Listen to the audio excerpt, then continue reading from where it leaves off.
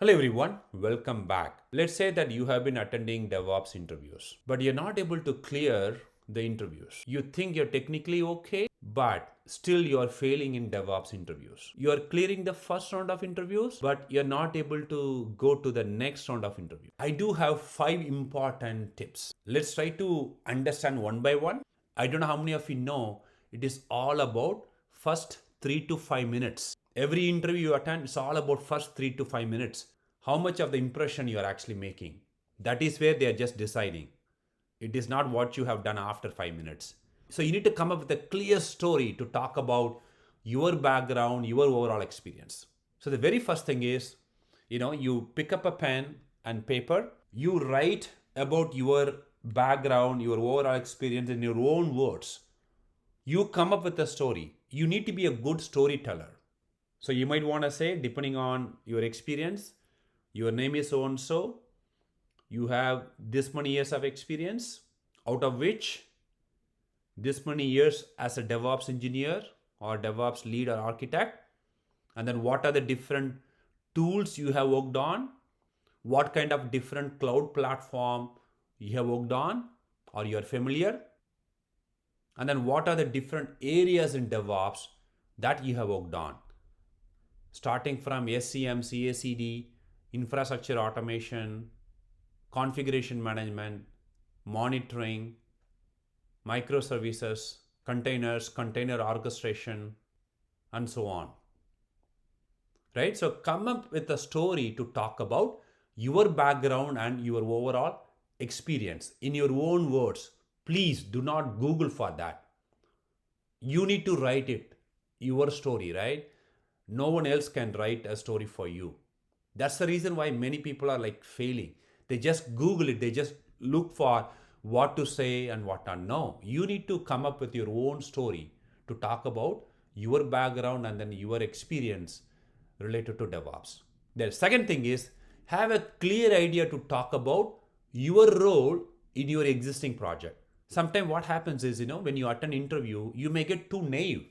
No, this is all about what you have done instead of what the entire team have done. In fact, I made that mistake in the past. Sometime, the interviewer have to remind me, hey, you know what? We are talking about what you have done, not what the team have done. So don't be super naive during interview.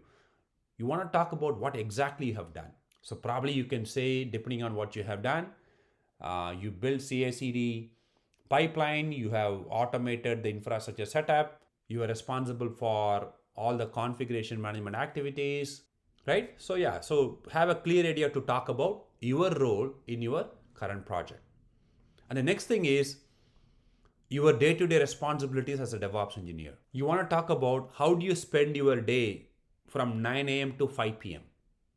Believe it or not, even you would have done it. Even you may be working as a DevOps engineer, but if you do not say, in a nice way, I don't think it's gonna sell really good. You need to be very clear to talk about your day-to-day responsibilities as a DevOps engineer. Maybe you can say that, starting with the daily stand-up, you are responsible for, you do some CI/CD activity, you do some infrastructure automation activity, and then you collaborate with, developers, QA engineers, operation guys, infrastructure guys, and so on.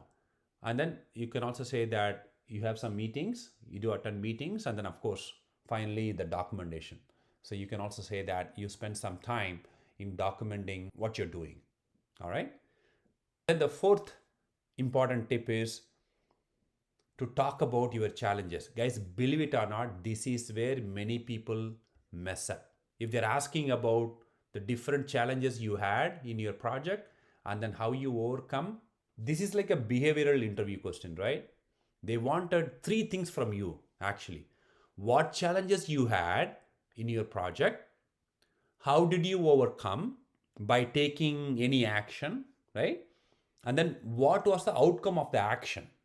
3 things: what challenges you had, what action you took, and then what was the outcome of the action you did. That's all. The couple of things to talk about is maybe you can say that when you join a team as a DevOps engineer, they never had any code quality tool configured, or integrated with a CI/CD tool. So you configured SonarQube, and then you have integrated SonarQube with, let's say, Jenkins, CI/CD tool. So as soon as they commit the code, Jenkins would check out the code, build the code, package the code, and then Jenkins would integrate with SonarQube so that developers can see all the code defects and whatnot. So probably you can talk about it. Maybe the second challenge what you can talk about is you did set up SonarQube, but none of the developers are paying attention to fix those defects. So you wanted to make them accountable. Dev manager reached out to you and he was asking you, is there anything you can do? So what you have done, you created a quality gate in SonarQube, you added some conditions, and then based on the conditions, you're going to force the build to fail. When the build is failing, obviously, right, developers are nervous. So they literally have to go back and then fix those defects. So you can say that, that is something you have done. So like that, there are so many things you would have done it. So you need to have a clear idea that, what you're going to talk about, and then how did you overcome, and then most importantly, what was the outcome. All right. And then the last step is, guys, believe it or not, you need to be very clear about what you know and then what you don't know. It is absolutely okay to say you don't know or you have not worked on any specific tool that they were asking. Let's say that you never worked on Kubernetes. It is okay to say that you have Docker experience, but you do not have real-time experience with Kubernetes. Then you can back it up by saying that is something you are currently learning, you are planning to learn, or you're looking for more opportunities in those areas. You can say that. Right? So don't worry about what you don't know. There are 300 to 500 DevOps tools out there in the market. You don't need to know every tool out there. I also have a separate video on DevOps roadmap.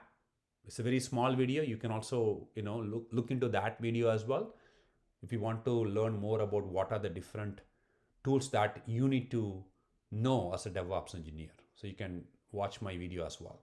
I will provide that link in the description. So that's all, guys. Do not complicate your DevOps interview by giving a lot of importance to the technical aspect of it without doing the basic homework. This is where a lot of people are failing because they have not done the basic homework before attending the interviews. And this is a continuous process, guys. It is not that, okay, you attended 5 interviews, you failed in all 5 interviews. Now, DevOps is not working out for you, right? No. You need to ask this question to yourself. Did I do the basic preparation well? Am I prepared? You can't just simply go and attend interviews without doing a basic preparation, right? All right. So these are the things what I have done, guys, in order to be where I am. So I just thought, I would just share this with you all. I hope this video was really useful to you all. I wish you great luck for your interviews. Thank you for watching, guys.